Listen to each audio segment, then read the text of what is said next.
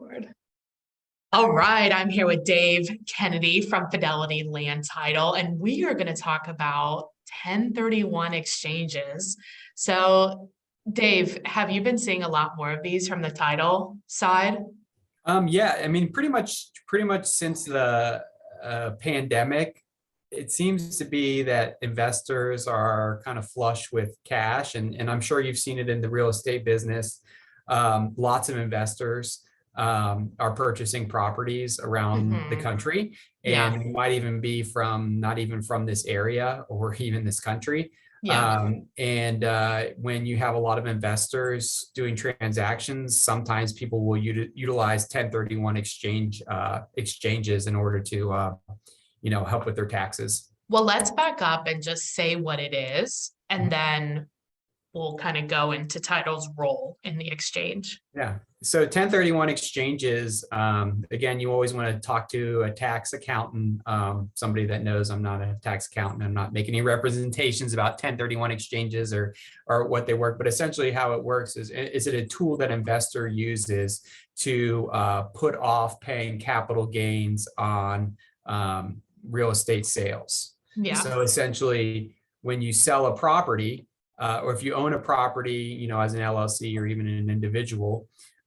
when you sell that property, you have to pay capital gains on whatever you've earned on that property.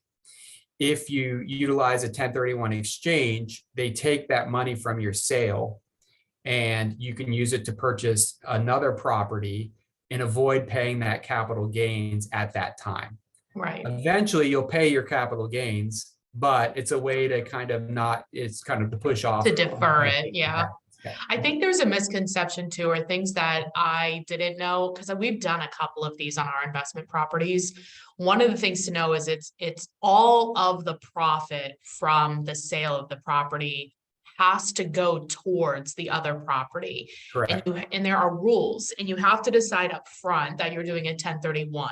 You can't do it after you close. Yes. And there's specific attorneys that help with the paperwork. And I think that's where title comes in, right?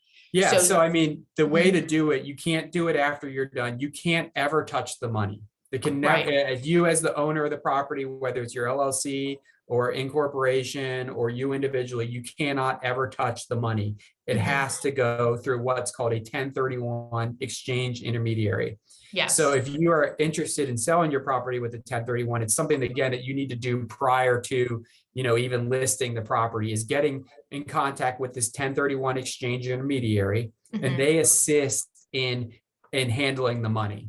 Yeah. So again, you're not allowed to ever touch the money. So even if you're selling a property in, Iowa and buying a property in Ohio, you're working with two separate title companies. You're not involved with the money transferring from Iowa. So is that the main role for the title company, is to make sure that money is handled appropriately? Yeah. So as a title company, from our perspective, we just want to know up front if you're going to either be buying your property or selling your property with the 1031 exchange. So if you're what does it matter to you? Because we need to be in contact with that 1031 exchange intermediary. Got it. We also want to inform people that you need to have an intermediary or you can't do it. Because sometimes people are like, oh, I'm doing it 1031 and I'm just taking the money and buying a new. No. You can't touch that money.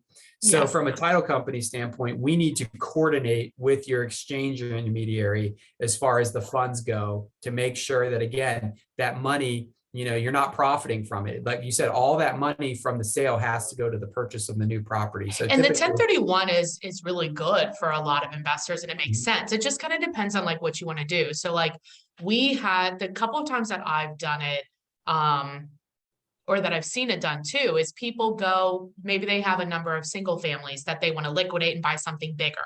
Yep. Or maybe they want to have multifamilies that they want to buy single families. Yep. Or something like that. Or they have a single family that's high priced and they want to use that money to buy two single families or whatever, right? There's a lot of ways that it can make sense, but especially with prices being, higher right now, if there's a property that's giving you a headache, hey, why not exchange it for something that's less of a headache? Yeah. Yeah. And that's the thing is sometimes there's a little bit of confusion because they say with a 1031 exchange, it needs to be a like property. And people get confused, like, oh, does that mean I can only, take a single family and buy another single family? Or No. does that mean if I have a duplex or multifamily, no, it's property. So like you said, you could take the sale of a apartment complex Yeah. usually it's used, like you said, kind of to step up. Yeah. Like, so if you buy a property for a low price and you fix it up and you sell it, and you now you have, more equity. Now you can buy a larger property, or now you can buy that multifamily. It's an opportunity for you to be able to use the money that you've earned, rehabbing or just the appreciation of a property, and then buy something, kind of bigger and better. Right. So, but Yeah, I think what they mean by like property is, to us as investors, we're thinking, well, like there's a lot of ways to invest without actually owning property, right? Right. So like Right. what you can't do is buy stocks or buy Right. REITs or buy a syndication or Mhm. buy crypto. They mean like actual physical property is my Like, yeah, like you understanding. said, you can't have it be an investment in a REIT with it's got a bunch of different properties, and now you're using that money to buy. No, it has to be, it's something physical, something tangible for something tangible. Boo, it should be where you can do a syndication or something like that, right? Because that is property, but I guess that's a whole nother podcast on tax code. Well, I was going to say, I heard the IRS is hiring something like 90,000 new people. So maybe you can get in there and I'm change. quite sure the IRS does not want me on their team. I'd be like, this is dumb. No, I'm just kidding. Okay, so the role of the title company, and this is really every transaction, right, is to make sure that the money gets to where it's going, make sure that the people that have liens are paid off, that the title is clear. I mean, this is like always what you do anyway, but Yeah, it's it's a very- especially important in a 1031. Yeah, it's very important, to have a title company that's making sure that the money's going where it's going, gets to where it's supposed to go. It's coming from the right people, and it's going to the right people. So yeah, our role in 1031 exchange is, again, just to kind of make sure that that money is going from the proper channels, through the proper channels to from the right place to the correct place. Right. No, that makes sense. So where does Fidelity Land Title operate, and where can you help people? Yeah, so we can help you anywhere around the country. Specifically, we're closing transactions in Ohio, Indiana, Kentucky, Tennessee, Michigan, Wisconsin, and Minnesota.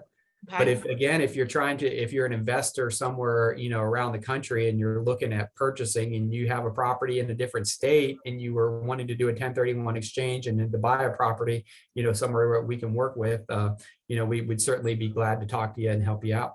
Get Awesome. in contact with a local agent. Cool. And what is the best way to get a hold of you if somebody has title questions or they need representation on a property? Yeah. The best way to reach out to us is via our website, fidelitylandtitle.com. Just Okay. give us a call at 513-489-2900. Awesome. Thanks, Dave. All right. Thanks.